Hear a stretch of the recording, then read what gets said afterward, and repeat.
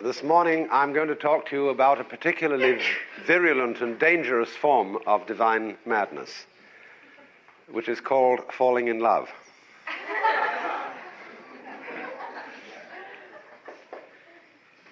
Which is, from a practical point of view, one of the most insane things you can do, or that can happen to you. Because in the eyes of a given woman or a given man, an opposite who, though to the eyes of everybody else a perfectly plain and ordinary person, can appear to be God or goddess incarnate, to be such an enchantment that one can say, in the words of an old song which probably dates me, every little breeze seems to whisper Louise.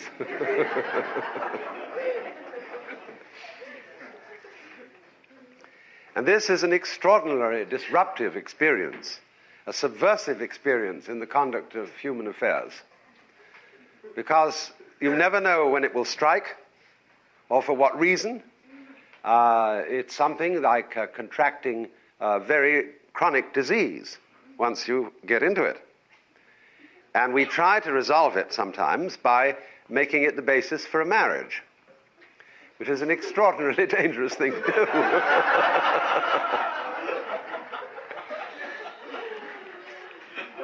And this is because in Western civilization, we have a tradition of the family which is very curious and which would seem to be the most ridiculous composition of disparate ideas imaginable. When we go back to the origins of Western civilization in the Hebrew and Christian traditions, we find that the idea of marriage and the experience of falling in love are really rather separate things. Because in those earlier times, in agrarian cultures, nobody ever chose their marriage partner. There are certain exceptions to this, that in ancient Greece, you will occasionally find a woman who is called a Parthenos, which has been mistranslated virgin.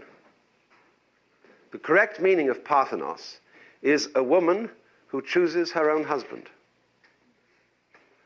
And there were very few of them. And in that passage in the Gospel and the book of the prophet Isaiah, where it says, "Behold, a virgin shall conceive and bear a son, and his name shall be called Emmanuel," that is in Greek Parthenos. A Parthenos shall conceive. And it therefore has nothing strictly to do with a virgin, although a woman who chooses her own husband might conceivably be a virgin. But by and large, a marriage was an alliance of families. And it was contracted not simply for the purpose of raising children, yes, but also to create a social unit smaller than a village. A village, therefore, being a cluster of families, and these families were rather large. So families allied. The oldsters, the grandpa and grandma, who had an enormous voice in who their children were going to marry, used to, as you know, I suppose this is no news to any of you, used to dicker and use go-betweens, and they considered not only whether this girl was suitable for their son and vice versa, but also what kind of a dowry she would bring, whether it would be advantageous to the two families to form such an alliance. And of course, these things, almost up to quite recent times, were always important in the marital affairs of royal families. But as is notorious, all royal families and kings and queens kept concubines and had outside arrangements when and if they should happen to fall in love. And even if they didn't, they had mistresses simply to prevent monogamy from becoming monotony. So that is the basis, you see, and that is why to this day marriage is a civil or religious ceremony, the basis of which is a contract a legal contract, which one signs on the dotted line. And therefore there are all kinds of laws, as laws relate to contracts, that this contract is very difficult to get out of.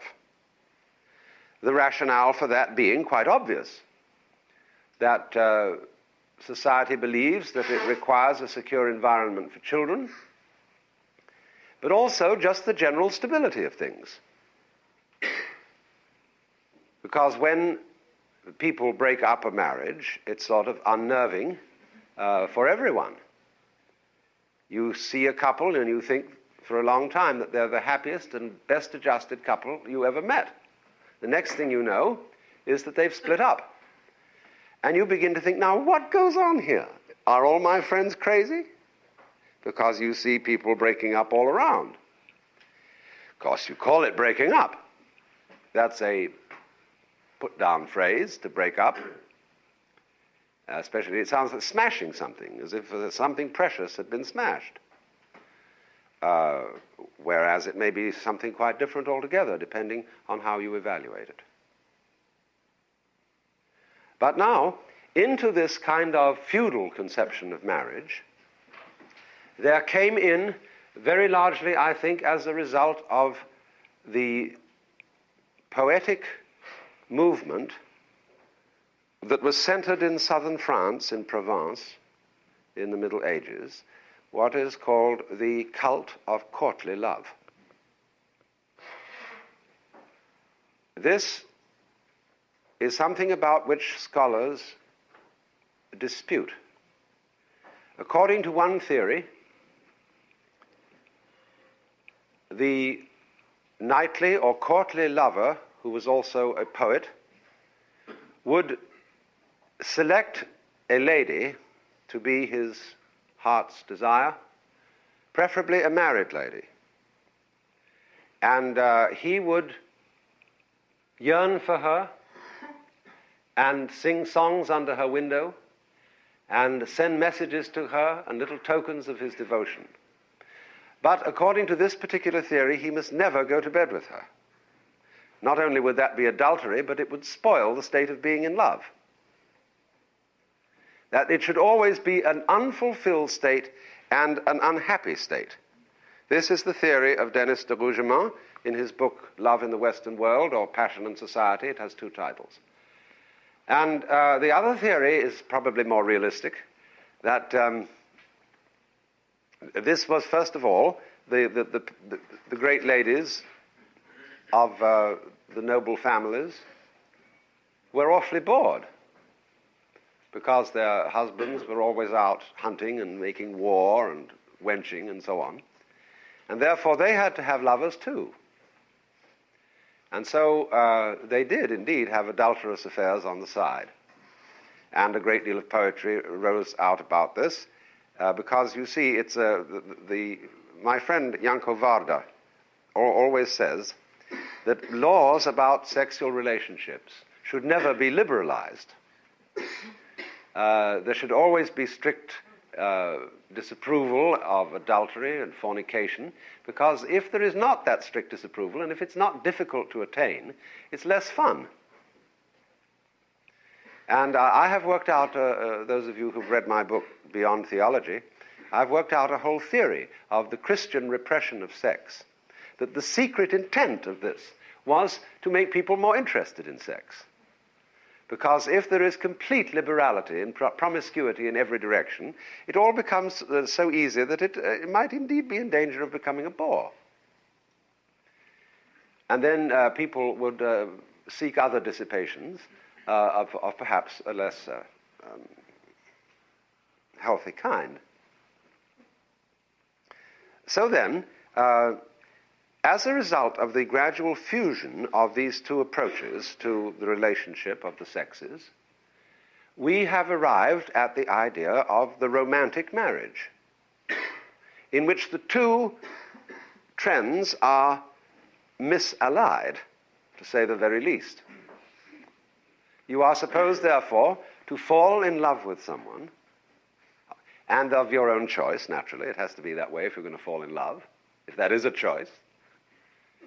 And then enter into to that relationship with a legal contract in which you get up before a magistrate or a priest and do solemnly curse and swear that you will be faithful to each other until death do you part,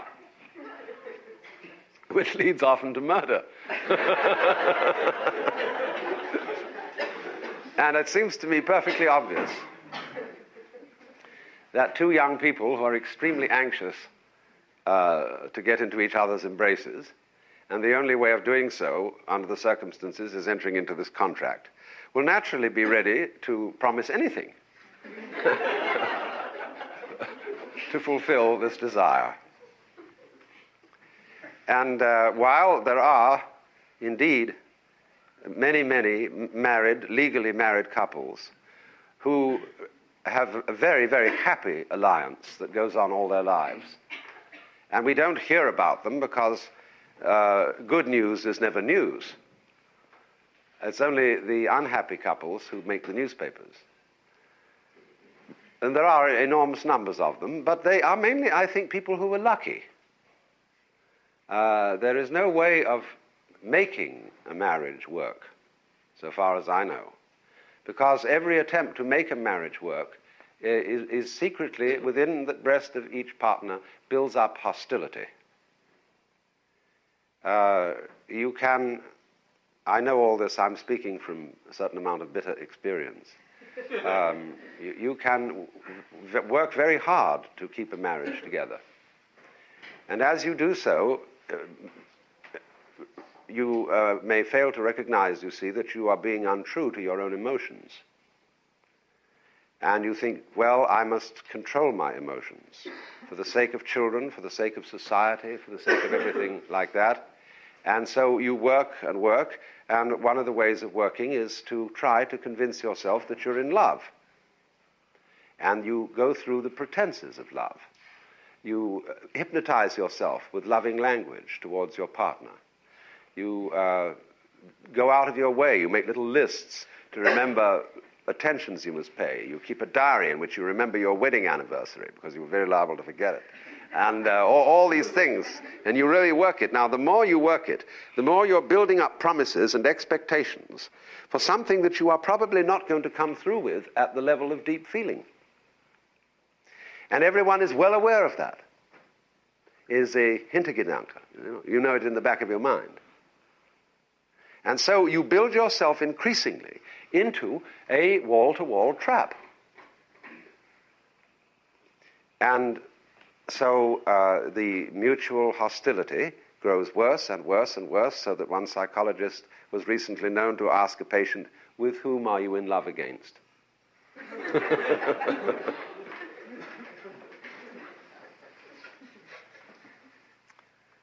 The most awkward, of course, form of falling in love is between people who are already married to someone else. Because, you see, this is a cataclysmic and disruptive experience in our present social order. And we know of, Victorian novels. A lot of people are still living out Victorian novels. But in Victorian novels, the great thing is where a couple madly in love with each other say to each other, well, it's best for us that we don't see each other anymore. This is becoming bigger than either of us, you know. And so this fantastically mad experience is denied, swept under the rug, and strangled. What should one do? Well, as I've often said, I'm not a preacher, and therefore I don't know what you should do. But I would like to make some reflections on this particular form of madness and to raise again a very disturbing question. And this disturbing question is as follows. Is it only when you're in love with another person that you see them as they really are? And in the ordinary way, when you're not in love with people, you see only a fragmented version of that being. Because when you're in love with someone, you do indeed see them as a divine being. And suppose that's what they are truly. And your eyes have by your beloved been opened, in which case your beloved is serving to you as a kind of guru, an initiator. And that is why there is a form of sexual yoga, based on the idea that man and woman are to each other as mutual guru and student. And through a tremendous outpouring of psychic energy in total devotion and worship to this other person, who is respectively the goddess or the god, you realize by total fusion and contact with the other organism, you go down to the divine center in them, and it bounces back, and you discover your own. Or you could put it in this way, which is another aspect of it, that by falling in love, and regarding falling in love not just as a sort of sexual infatuation, because it's always more than that, isn't it? I mean, you can have great sexual enjoyment with a pleasant friend, you know, but you may do so simply because he or she appeals to your aesthetic senses. But when you fall in love, it's a much more serious involvement. You just cannot forget this person. You feel miserable when not in their presence. You're always yearning, let's get see more of each other, let's get together, we're completely entangled. And then you see, you've actually a kind of what I will call spiritual element has been introduced. And the Hindus were sensible enough to realize that this was a means of awakening, enlightenment, and therefore it was surrounded with a sort of religious, ritual, meditative art, with a form of sexual yoga that is designed to allow the feeling of mutual love, to the extent of grand passion, to have an extremely fitting fulfillment and expression. Falling in love is a thing that strikes like lightning and is therefore extremely analogous to the mystical vision. We don't know how really people attain the mystical vision. There is not as yet a very clear rationale as to how it happens, because we do know that it is opened to many people who never did anything to look for it. Many people, especially in adolescence, have had the mystical vision all of a sudden without the slightest warning and with no previous interest in that kind of thing. On the other hand, many people who have practiced yoga or Zen disciplines or what you will for years and years and years have never seen it. And in both classes, there are, of course, exceptions. There are those who have never had the spontaneous experience, and there are those who, through yoga or Zen, have attained this insight. But as yet, we are not clear as to why it comes about. And if there is any method of attaining it, the best one is probably to give up the whole idea of getting it.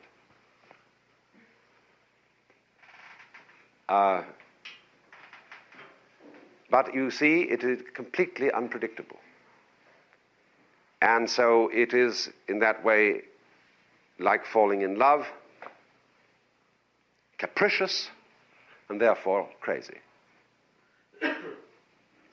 But if you should be so fortunate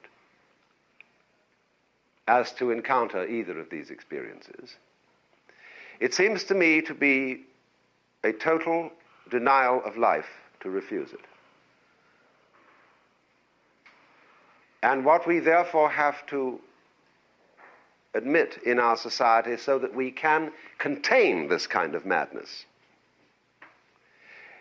we must be far more realistic about the marriage arrangement so that it can contain the possibility of falling in love. When you base marriage, you see, on falling in love, and you go into a pseudo-love affair, which is simply hot pants, and set up a rigid family in which you expect of the other person that they will always be in love with you, and then in that context you go and fall in love, then your falling in love is of necessity disruptive of the marriage and of the family. But you see, it could only disrupt it because the love relationship between the two partners was false, was pretended.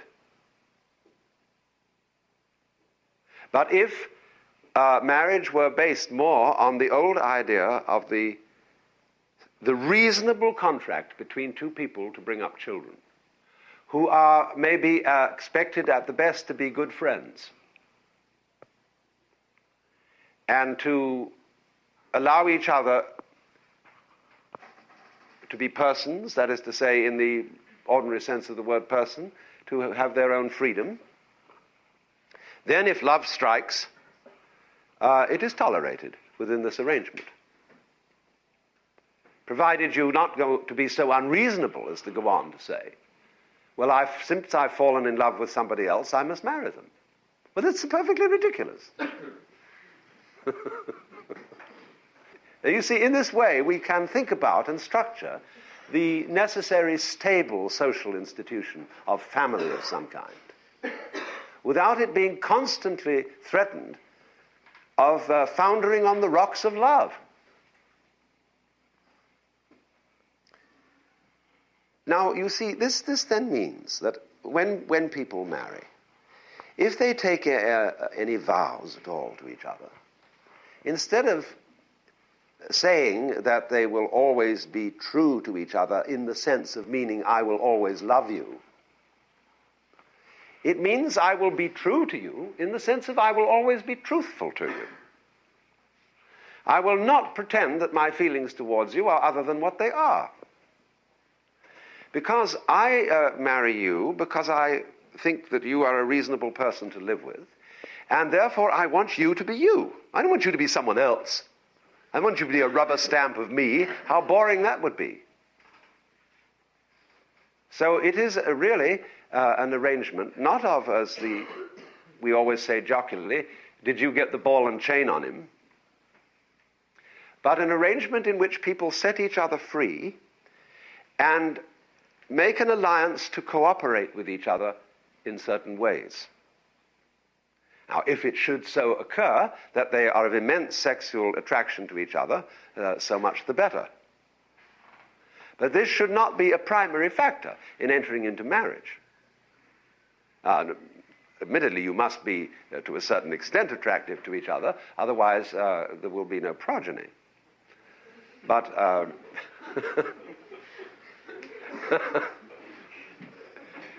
but this seems to me to be a sensible and reasonable view. And just because it is sensible and reasonable, it can accommodate what is not sensible and reasonable, which is falling in love. We should regard then marriage, especially if it should possibly be called holy matrimony, as a mutual setting free of two people to live together in freedom and therefore in responsibility. Because the present situation, although it's pretending to be responsible, is in fact extremely irresponsible, because it is dishonesty with respect to the way you feel towards another person. Well, now really, when we go back then to falling in love and say it's crazy, falling, you see, we don't say rising into love. There is in it the idea of the fall. And it goes back, as a matter of fact, to extremely fundamental things. That there is always a curious tie at some point between the fall and the creation. taking this ghastly risk is the condition of their being life. You see, for all, life is an act of faith and an act of gamble. The moment you take a step, you do so on an act of faith because you don't really know that the floor is not going to give under your feet. The moment you take a journey, what an act of faith. The moment you enter into any kind of human undertaking in relationship, what an act of faith. See, you've given yourself up. But this is the most powerful thing that can be done. Surrender. See, and love is an act of surrender to another person. Total abandonment. I give myself to you. Take me. Do anything you like with me. See? So, that's quite mad, because you see, it's letting things get out of control. All sensible people keep things in control. Watch it, watch it, watch it. Security, vigilance, watch it. Police, watch it. Guards, watch it. Who's going to watch the guards? So, actually, therefore, the course of wisdom, what is really sensible, is to let go, is to commit oneself, to give oneself